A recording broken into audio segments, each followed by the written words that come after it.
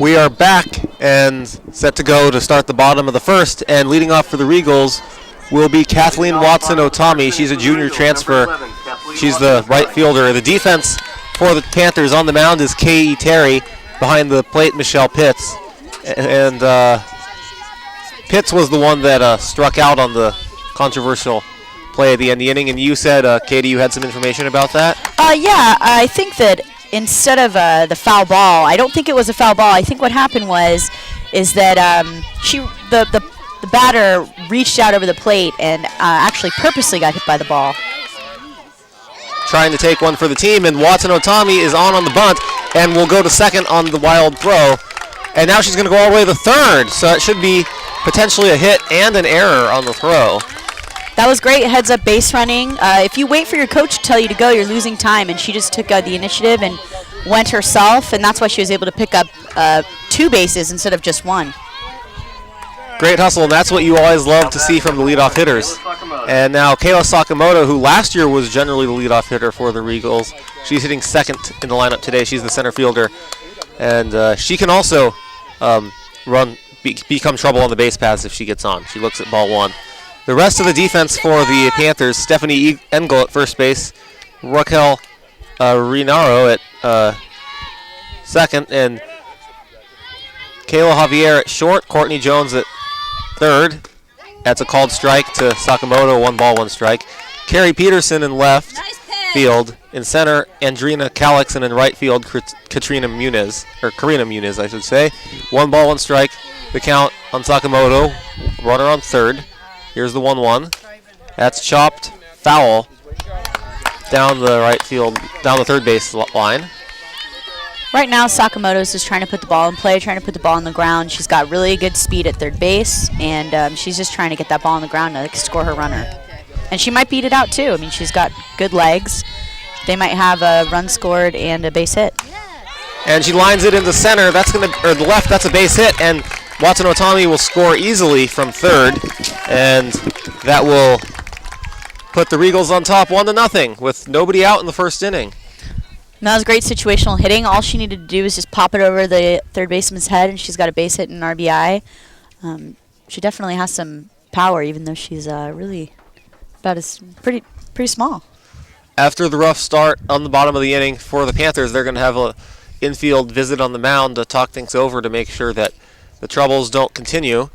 As you can see, the Regals now lead 1-0. Nobody out in the first inning. Kayla Sakamoto on first, and Brittany Labby will be the hitter. She's the number 3 hitter for the Regals. She's the designated player. And now Sakamoto can be a big threat to steal at first base. And she shows bunt, pulls back, ball 1. Tried to snap throw attempt to first base, but Sakamoto gets back. 1-0. Nice play, ladies!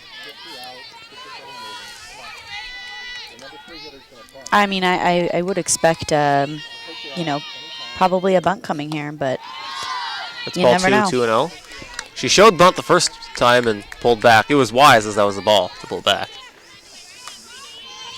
No outs, runner on first. Looks like a good time to bunt, but you never know. With your number 3 hitter, maybe she's going to pop one over somebody's head.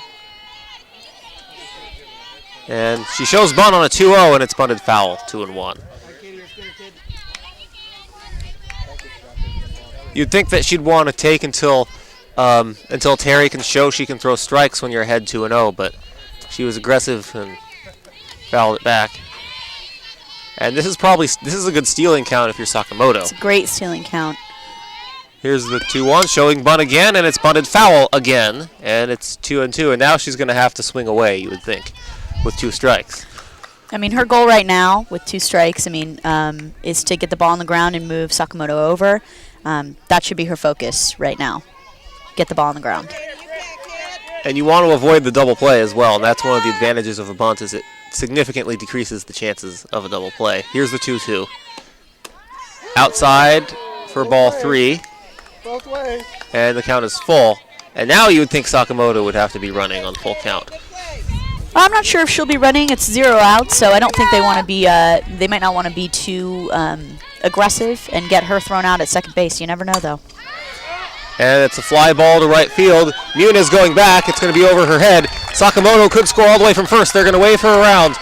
Going for three is Labby. Sakamoto is safe at the plate.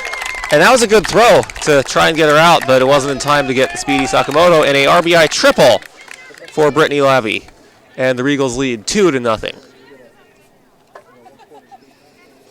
I mean, that's the result you want when you mess up on the first two bunts and then you wind up hitting a triple. I mean, you can't ask for a lot better than that. So that was some great hitting right there. All three Regals hit safely to start the inning, to start the game rather. And here's Shannon Tinsley, and she hits that into center field. That will be Amanda Calix, and she can't get it. It's off the wall. Trotting home is Labby, and an RBI double for Tinsley, and that's the first four hitters for the Regals reaching base safely now. And it's 3-0. I mean, she took that first pitch. That first pitch is tough. Some people don't like swinging at the first pitch. They get a little anxious, but she was really, she seemed ready, and she just let it rip. Usually in the first inning you see a lot less swinging on the first pitch. You're trying to see a lot more pitches from the pitcher and trying to wear their arm out early. And looking at ball one is Sarah Lixon, the second baseman. I mean, but if you're going to rip one like that, you know, you let it go. So that was a great job. And here's the 1-0. That's outside, ball 2, 2-0. Now Lixon could bunt the runner over to third as well. Coach Debbie Day and the Regals love small ball. We see a lot of that over the years from her. Did you play under here? Yes, I did. All 4 years I played under Coach Day.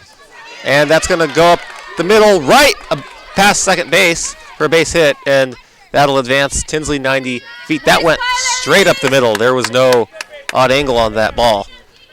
And that's all you need to do. I think that CLU is making it look easy right now. Just hitting the ball on the ground, finding the gaps, not trying to be too fancy. Playing perfect game right now. That's exactly right, and you know they're playing perfect when the Panthers infield has their second mound visit of the inning. And I'm surprised the coach for the Panthers, Janet Lloyd, has not come out to talk to the mound about this as well, because there's still nobody out. And well, I believe that there are some type of limits on how many times a coach can visit the mound without making some type of change. So maybe she's waiting. They can only make one visit without making the change. Right. So I think maybe she might be saving it for when she when and if she decides to make a change. In softball, you see a lot of pitchers go the distance regardless. It's a lot different than baseball. And Danica Green looks at called strike. It is very different because typically baseball throwing is a lot more stressful on your arm, whereas softball, it doesn't take as much of a toll on your arm. So softball pitchers have a lot more endurance in that way. It is. Plus the games are 2 innings shorter in softball. Yes. And baseball, you need like 4 good starting pitchers and a good bullpen. And softball, you just need a couple starting pitchers someone to pitch the first game and then another to pitch game 2. Danica Green hits that one up the middle for a base hit. Scoring is Tinsley. And the second goes Sarah Lixon, and it's 4-0 Regals here in the first with nobody out. Again, I mean, you can't really say much more. They're just hitting the ball on the ground up the middle. It's the fundamentals that coaches and Coach Day preach all the time. Hit the ball on the ground, and things will happen, and they're doing a great job right now. And now we're seeing the mound visit from the Panthers. Their coach Janet Lloyd is in her 18th season coaching the Panthers. So, and Coach Day is in her 10th. So these coaches have probably seen each other a lot over the years. Even though I know you said you didn't play Chapman back in the day. Yeah, we didn't play Chapman when I was here. It seemed that we started playing, Cal Lutheran started playing Chapman after I left, but I think they've played them fairly consistently every year since 2007. And now they're going to make the change, and it will be Kimi Takahashi. She's just a freshman. She's from Torrance, California, West Torrance High School, and she will take over with to try and stop the bleeding here for the Panthers. And when she starts the outing, she will first face Caitlin Downing, who is hitting 7th and pitching for the Regals, and then she'll be facing Devin Hoffer and then Rihanna Marua. Liz Mertel, the third baseman for the Regals, is not in the batting lineup. She's just a flex defensive player for the Regals.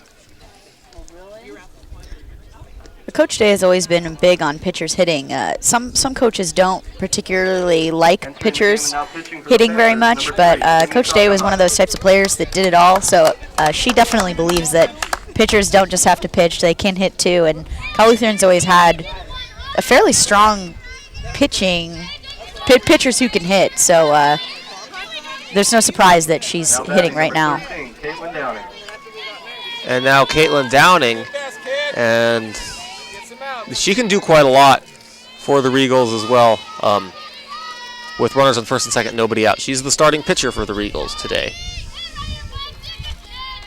And she looks at a called strike, and she's behind 0-1. You know, under a normal situation, if the score wasn't 4-0 right now, I would say that you might expect a bunt. But the way that they've been hitting this inning, Coach Day might just let them keep hitting the ball. I would agree.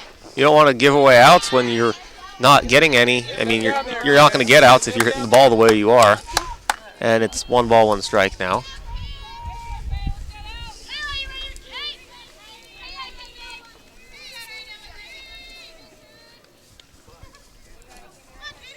It'll be interesting to see the layover, this effect this will have on Downing when she comes back on the mound in the top of the second. Well, the good thing is that now she has at least 4 runs to help her out. So any layover, at least she's got a little bit of breathing room. It might, sometimes when you have a big lead like that, it does change the way you pitch, but in a good way because you are a little more comfortable with the game. That also helps too. But the other thing that affects batters is pitchers is when they bat in the inning. It kind of affects their focus because usually in the middle of the inning when you're not batting, she hits a fly ball into center field. And they're going to advance the runners 90 feet. That's the 7th hit of this ball game for the Regals. With nobody out, bases loaded, Devin Hoffer the batter. Because usually when you're pitching, when your team is batting, you're usually in the dugout thinking about the next inning. When you're batting, you have to think about your at bat and less about your pitching, and that might affect her. It'll be interesting though, and that's why you see a lot of pitchers not batting and the designated player batting for the pitcher and not another infielder. Hoffer hits that one to deep. Right, that is off the wall. Just missed a grand slam home run. This could clear the bases. Lixon scores. Green scores. It's a 2-run double for Devin Hoffer, and it's 6-0 Regals. Runners on second and third, 2 outs. Or with nobody out, I should say. Now it's Rihanna Marua, the shortstop, batting. That was so close from being a grand slam home run. It was off close to the top of the wall. That's about as close as you get. There's not a lot to say more than they're just playing some great ball right now. And they clearly do. They've kind of been off to a slow start this season. And they split the doubleheader between Laverne yesterday, winning the second game 5-4. After dropping the first game 11-6 yesterday. Well, there's definitely something to be said for momentum. I think that win yesterday really kind of must have sparked something in them. Marua falls behind 0-2. This is the 9th batter to come to the plate for the Regals this inning.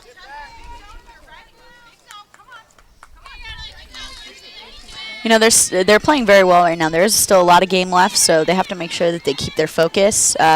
6 runs, coming back from 6 runs is not unheard of. So I think the challenge for them is just going to be making sure that they stay focused for the rest of the game.